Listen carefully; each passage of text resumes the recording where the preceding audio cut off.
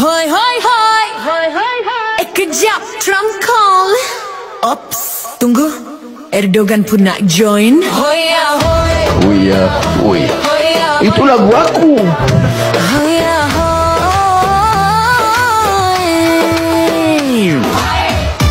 Hoi hoya hoi. Hoi hoya hoi. Siapa sokong penyamuk? Dia penyanyi sama. Saya ulang.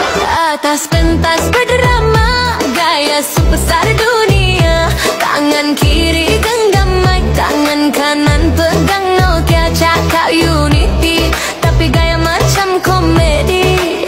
Live kat TikTok, satu dunia pun geli hati. Dia kata negara maju sebab hubungan global, tapi cara bercakap pun dah jadi viral. Nadi berbati. Trump call, Erdogan call, sekejap Mr. Bean pun call. Hoi hoi hoi, semua pelakon ternganga tengok. Hopa telefon negara, terpalinglah dia. Call sini call sana, tapi hasil tak kemana.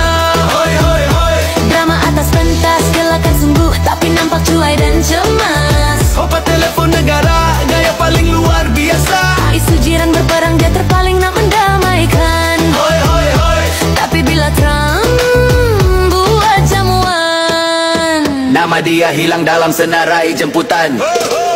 Anak buah pun sama, terkejut tiap minggu. Isu kecil pun gaya macam ribut taufan baru. Kat bawah pentas orang tepuk tangan, tapi rakyat tengok sambil geleng kepala panjang. dia kata aku call Erdogan semalam, tapi Turki heran Erdogan tak pandai English bang. Habis tu kau call siapa malam-malam tu? Ayam Turki kejawab, kok kat telingamu. Hoi hoi, ayam Turki pun lari.